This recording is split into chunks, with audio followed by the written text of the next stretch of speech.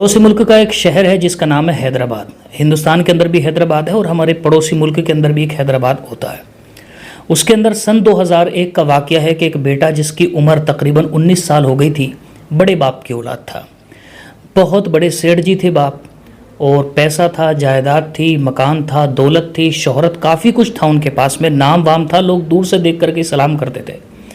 लेकिन इस्लाम से उनको ज़्यादा नाता व ताल्लुक़ नहीं था।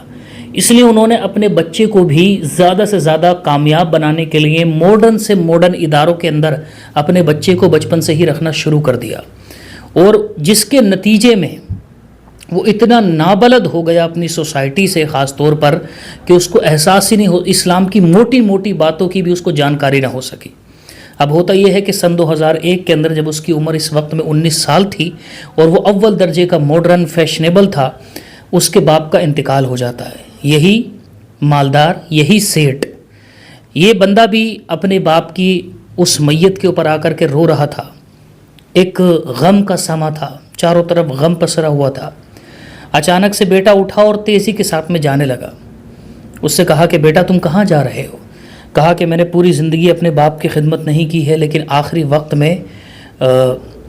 वक्त में जब उनकी मैयत को जलाने का काम मैं करूँगा, लकड़ियाँ जमा करने जा रहा हूँ उनके लिए। इस बात को सुना तो लोगों के पैरों के नीचे से ज़मीन निकल गई। लोगों ने कहा कि तू क्या करने जा रहा है? हमारे इस्लाम की संस्कृति जलाना नहीं है, हमारे इस्लाम का मेथड जलाना नहीं है मुर्दा।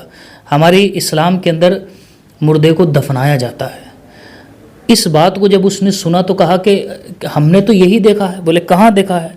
बोले फिल्मों में देखा है, नाटकों में देखा है, ड्रामों में देखा है, यही होता है। और भी उसने अपनी कई सारी दलीलें दी इस पर, कई सारी। अब हैरत हुई वहाँ के लोगों को, यकीन करना दुश्वार था कि कोई इस्लाम से इतना भी नाबलद हो सकता है, इतना भी नाबलद हो सकता है।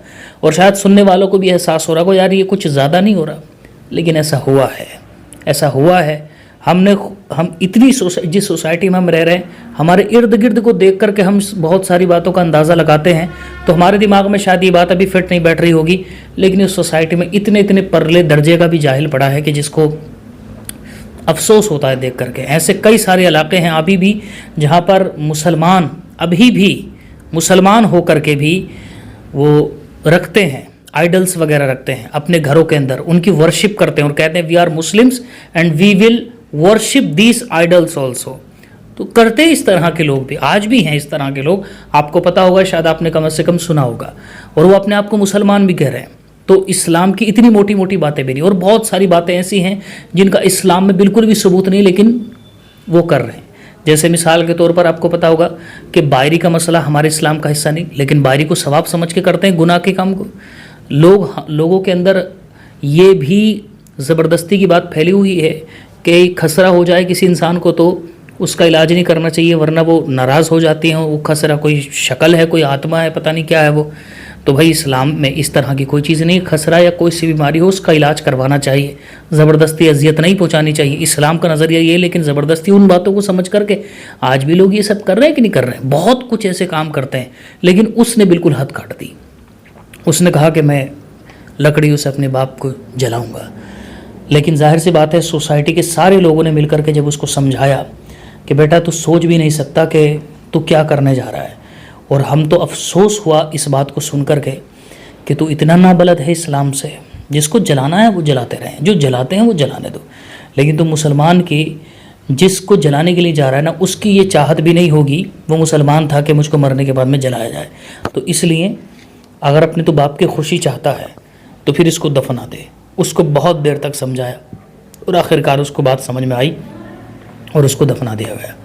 लेकिन बहरहाल ये बहुत बड़ा सबक है तमाम मुसलमानों के लिए, तमाम लोगों के लिए, कि अपनी औलादों को इतना भी नाबलद ना रखो और ख़ुद भी इतना बलद ना रहो। अल्लाह तबारक व तआला हम सबको इस्लाम सीखने की अमल और उस पर अमल करने की तौफीक अता फरमाए।